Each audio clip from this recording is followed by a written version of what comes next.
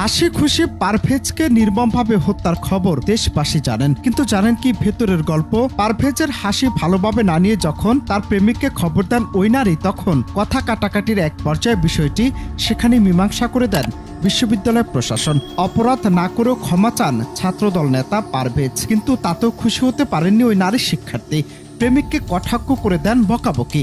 পরে ভালোবাসার প্রমাণ দিতেই মীমাংসার মাত্র 3 মিনিটের মাথায় পারভেজকে এলোপাথারি আঘাত করে তার হৃৎপিণ্ড 2 খণ্ড করে দেন প্রেমিক। ব্যাপক রক্তক্ষরণ, মাটিতে লুটিয়ে পড়েন পারভেজ, চলে যান না ফেরার দেশে।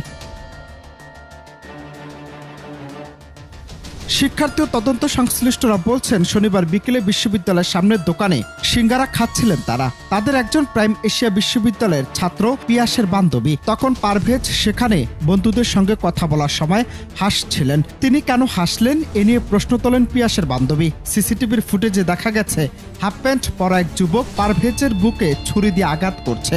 পুলিশ বলছে ওই যুবক বহিরাগত। শিক্ষার্থীদের দাবি তার নাম নাসিম।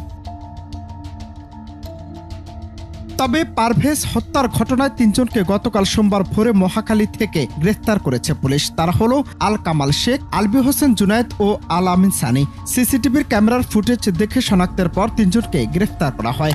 এছাড়া হত্যা জড়িত থাকার বিষয়ে তদন্তেও তাদের নাম উঠে আসে। 3 জনকে গতকাল আদালতে হাজির করে 10 দিনের রিমান্ড আবেদন করে পুলিশ। রিমান্ড শুনানিতে ঢাকার অতিরিক্ত মুখ্য মহানগর হাকিম মোহাম্মদ সানাউল্লাহ বলেন, হিরোইজম দেখিয়েছে, জিরো হয়েছে। ওদের তো কোনো ক্ষতি নেই, ক্ষতি ওদের বাবা মায়ের। পরে আদালত 3 জনের 7 দিনের রিমান্ড মঞ্জুর করেন।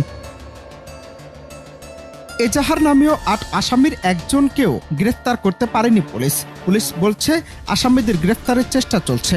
পারভেজ হত্যার প্রতিবাদ ও জড়িতদের বিচারের দাবিতে গতকাল বনানীতে বিশ্ববিদ্যালয়ের সামনে এবং কাকুলি এলাকায় বিক্ষোভ করেন সাধারণ শিক্ষার্থীরা। এছাড়া সারা দেশে বিক্ষোভ মিছিল করেছে ছাত্রদল। তবে আসামি প্রাইম এশিয়ার শিক্ষার্থী মেহেরাজ, পিয়াস ও মাহাথিরকে সাময়িক বহিষ্কার করা হয়েছে। হত্যার ঘটনায় বিশ্ববিদ্যালয় প্রশাসনের পক্ষ থেকে গঠন করা হয়েছে 5 সদস্যের তদন্ত কমিটি।